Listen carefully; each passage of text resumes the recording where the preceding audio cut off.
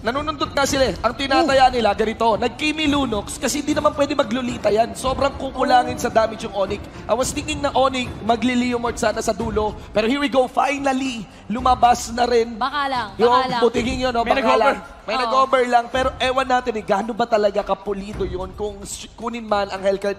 Di supposed to be a fighter. Ang risky lang talaga na kuning Lolita to. Although it makes sense against the Kimi tsaka Lunox. So they went for something safer. Very safe na lang. Tams. Nalaki na nila for Onic PH. Now the draft is already set, ladies and gentlemen. This is gonna be your first match. Ngayon, ito yung pinakamadagong part. Grand Finals to. What is gonna be your prediction? I will start with you, Yasu. Prediction with the outcome of the match.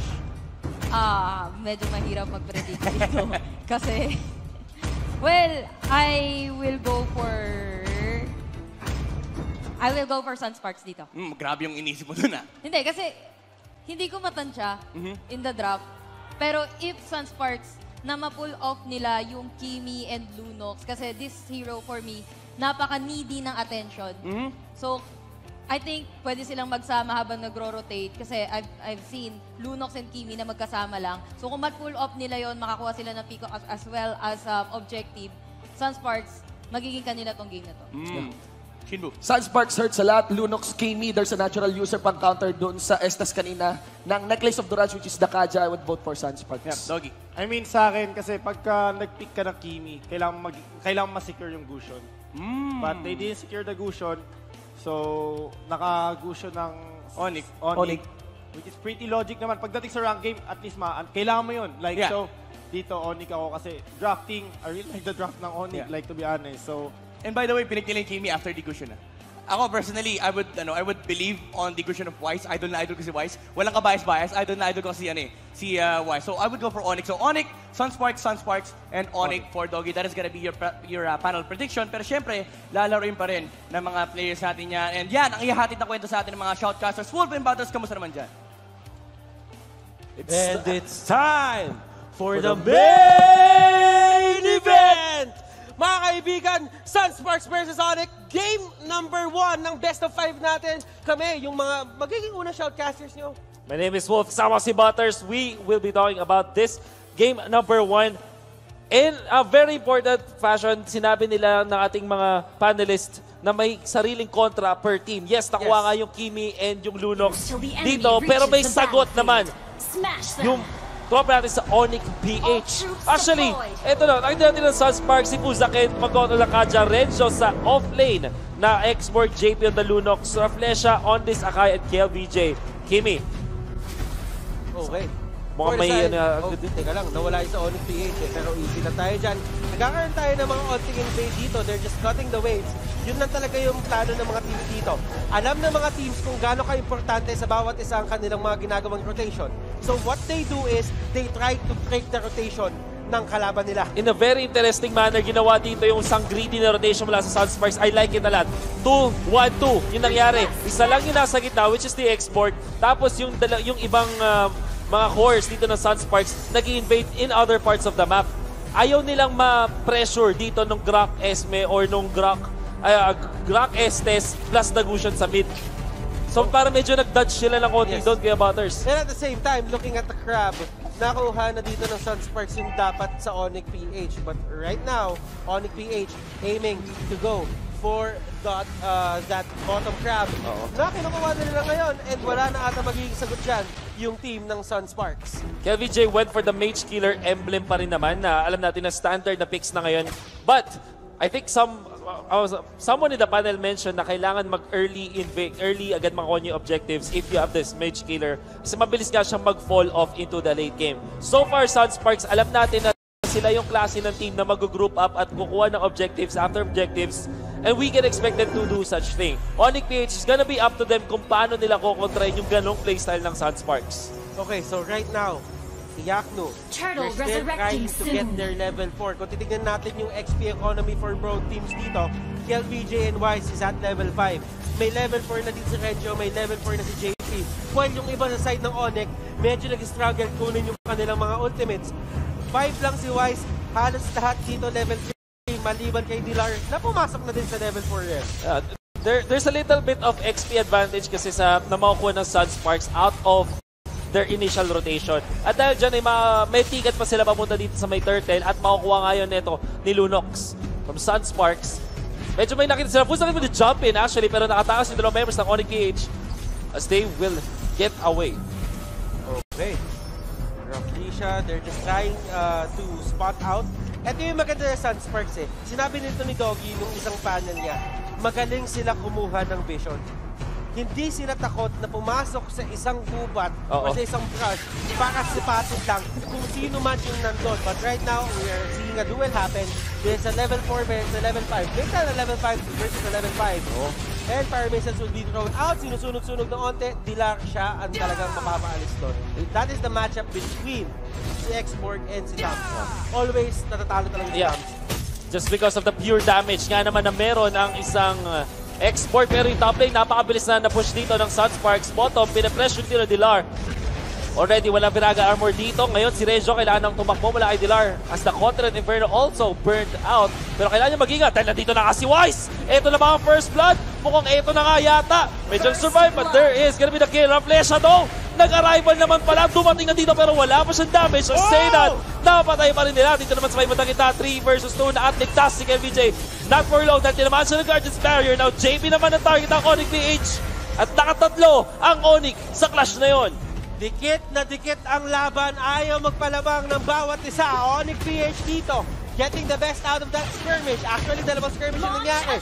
Here comes Raflisha with the stun. Could be it. Last Insanity. Last Insanity! It will take down Dilar! Kumahabol ba sila dito kay Estes? Pero bibitawan na nila as hindi nila alam kung nasaan yung ibang tao sa side ng Onic PH. Pares tayo ng kill score, Kuya Butters. Pero ang nakikita natin Sparks, dahil meron nga sila nakuwang Torre. Onic PH, pwede silang magdepensa dito. And actually, kailangan nilang magdepensa because yung Sunsparks, they will slowly take their advantage out of these turrets. Reggio, on the other hand, just pushing out the lanes. Hindi ganun kabilis mag-push ang isang export. But still, he has enough weight there. And the falling star moon will be there. JP dito sinusubukan tumakbo. Ginamit pang dash yung Chaos Darkening niya. And that is going to be the kill. Sunsparks dito. Will they contest the turtle? Ito yung pangalawang turtle if I'm not This mistaken. is the second turtle indeed. At makukuha yata yan ng Onic PH dahil na-eliminate na nila yung Lunox factor dito. And there's no way for Sunsparks to contest that even. So, Onic PH definitely nasa kanila na ngayon ang ating kalamangan. Now, this is a best of 5. Sunsparks and Onic, kailangan natin alalahanin na nag-meet pa lang sila in terms of BO3. Oo, ibang factor kasi pag best of 5 series na talaga. Kung sino mas madaming baon na strategy dito, he is the one or that is the team na lalamang kapag dumating tong game na to, pumunta to in the long run. Oh. May Calamity Reaper na ngayon si Gusion, 5 minutes 31 seconds in. On top of the Pillager Axe. Kung meron ka Mystery Shop, hindi ganun kabilis yun considerably. So Sunsparks, yung kanilang mid-lane matchup dito kay JP, kahit 2 deaths na si JP, parang medyo nandun pa rin siya. Parang hindi pa siya iwan. Kumbaga, nitong ating kita mo naman, Grief taking 50% damage out of just 2 skills mula dun sa export. Ito na nga, last insanity ginamit, pero 4 versus 1. Ano mga kapatid? May nag-arrival naman pala! Napagandang ibig mula kay Raflesha. Ligtas pa rin si Wise. Finally, will evolve. No, he won. Konting life steal pa daw. Reggio, may armor na siya ulit. Kulang. By the way, sa baba. Pumupuga. Grabe naman yun. Yeah, BJ! Dito, nakakaiba na. Pangalawang last. Isang last insanity pa. Sobrang panyo na nito. Grabe. Okay, may hatak, may talon, may falling star moon. And they'll get the kill. Finally. Pero anong kapalit? 5 Torre. But still, that is a very worthy sacrifice. Kasi, ang tagal nag-stay ng Onic PH sa may taas para lang makuha yung kill kay Reggio. At hindi pa nila na-push yung Torre dun sa top lane, by the way. Not realizing na habang nangyayari yung lahat, onto the middle, onto the bot, wala na silang outer turrets. 5 in total na turrets ang nakuha dito ng Sunsparks. 3 dun sa specific clash na yon. Isa dun sa may gitna, 2 dun sa may bottom lane. Nakita nyo kung gaano kabilis mag-take na objective si KVJ. And the problem is, napakagaling magdepensa ng isang export. Kung hindi siya man lang ganun kabilis mag-push, sobrang lakas naman niya mag-turret defense. And nakita natin yung arrival dito ni Raflesha, saktong-sakto. Wala man silang napatay. They still kept their turrets intact sa top lane. This is why Sunsparks still are on the lead. Alam mo, men, Turtle nakuha dito ni Yung Gushon. bigayan dito, nagkakuhaan. Nandun sa may gitna, Rafflesia with Hurricane Dance. 3 JP going 1v1. Iyak dito, masyadong mababa yung buhay. Power of Nature will be there. Oh my Venus, ang heal lang to. Pero si Dilar, masyadong malayo. Wala siyang clinic dito, mga kaibigan. JP trying to go in. Order Brilliance. Puzaken, Ring of Order. Nagkabatuhan. One charge will be thrown out. But in comes Wise! Lalaban na nga dito. May mamamatay na nga siya pero mababani siya na shutdown. Mula doon sa Falling Starboard. Kumalik na sa tatlo. Triple kill na agad para dito sa ating Esmeralda. Pero sasaktan siya mula kay LBJ. Green will fall down. Hindi pa tapos si LBJ. There's the ultimate maximum charge. Pero wala na siya dito transformation. Say that, eto na nga. Nag-region na pati Iakto. Nasasaktan. May hit! Na-touch! Na-touch siya! Buhay pa ba? Kaya pa ba? Oh my Venus! Oh! So close! BJ!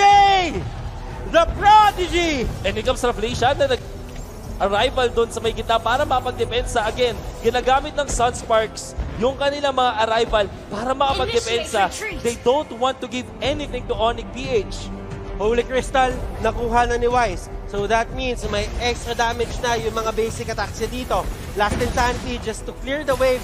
Yun yung ginagawa ni Kenjo dito. But here comes Muzaken. He is trying to get a good angle, sabihin natin, on the Divine Judgment. Pero hindi talaga siya binibigyan nung angulong yun. The only problem I have with Sunsparks is that wala sila nung parang pang close out ng kills. Wala sila nung parang execution. Yes, meron silang sobrang taas sa damage per second or damage over time courtesy of this Kimi as well as the Lunox. Pero wala silang parang Leomord na pang close out or something like yung skills ni Wise ng Gushon, di ba? That's what they need to do. Ang nangyayari kasi dito, kapag wala kang pang patay or wala kang pang execute, na-heal up lang gamit yung sustain na meron nga naman yung isang Estes. Nagamit na nila dito yung Hurricane Dance nila, and right now, one charge will hit 3 people. Divine Wise Judgment, trying to go for his combo. Creed will go down. At ito na ata ang hinahanap na laban ng Sunsparks. They can get this Lord. Kulang lang isa dito yung Onic PH. And Renzio still has the ultimate, so pwede niyang gamitin ito para makapagdepensa sa may bandang gitna.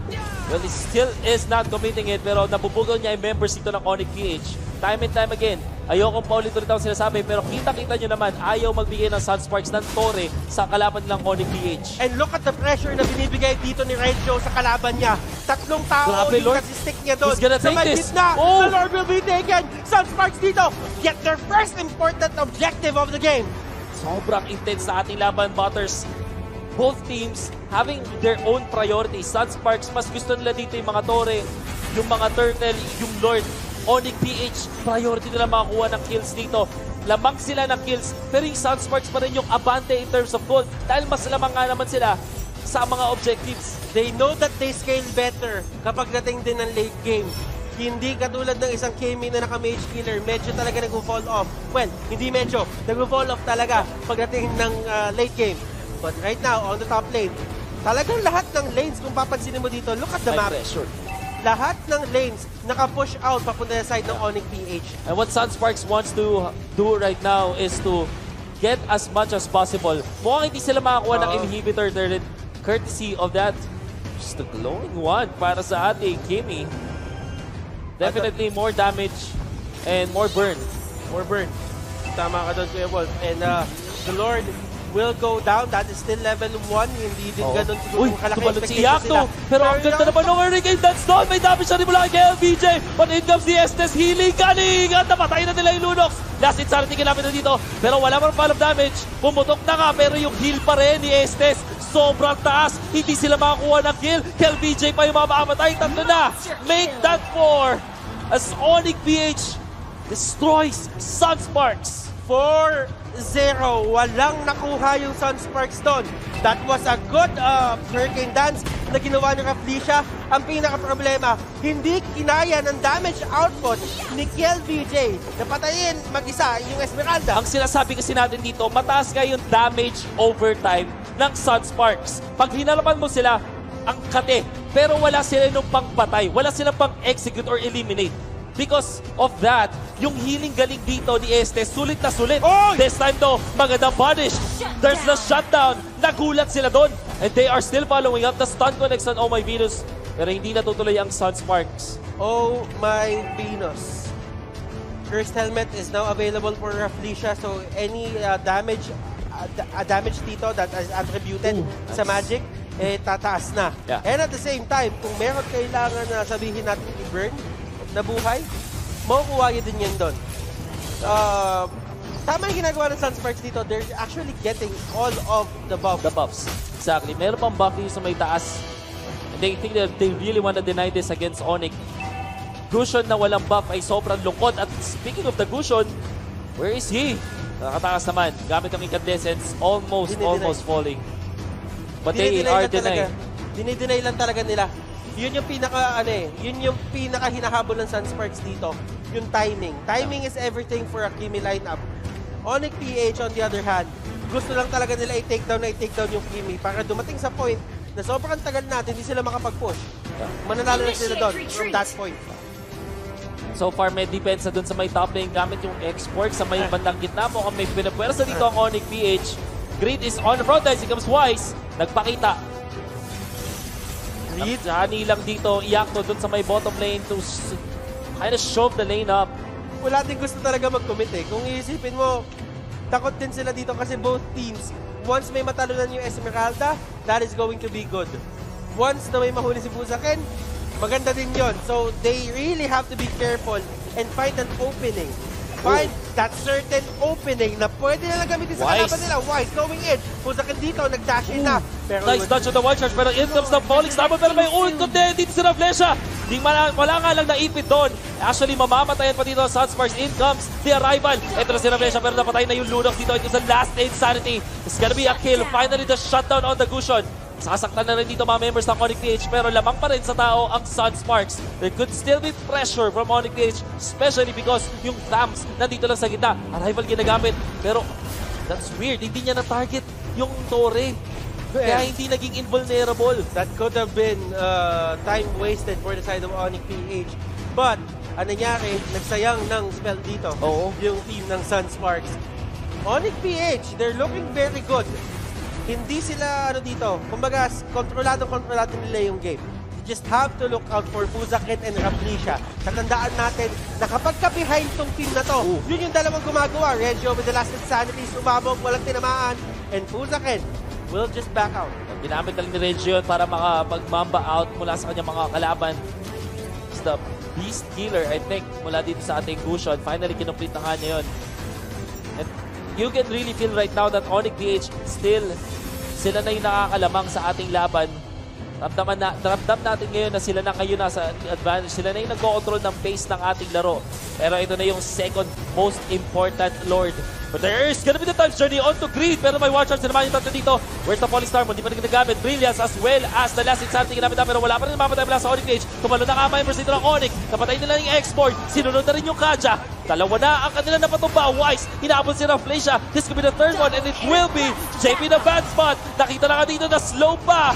And mamamatay. Apat ang napatumba. Si naipit! Si KLBJ naipit! Hindi siya makatakbo! Break armor! Green!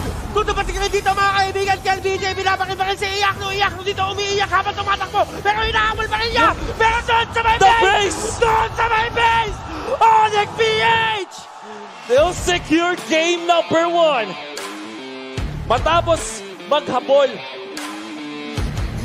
ng kills, maghanap ng mga clash, all game long, the pressure is there from Onic PH. Sunsparks, pinrioritize nila yung objectives, but they still lost the team fights dahil laging even up lang yung ating gold just because of the kills.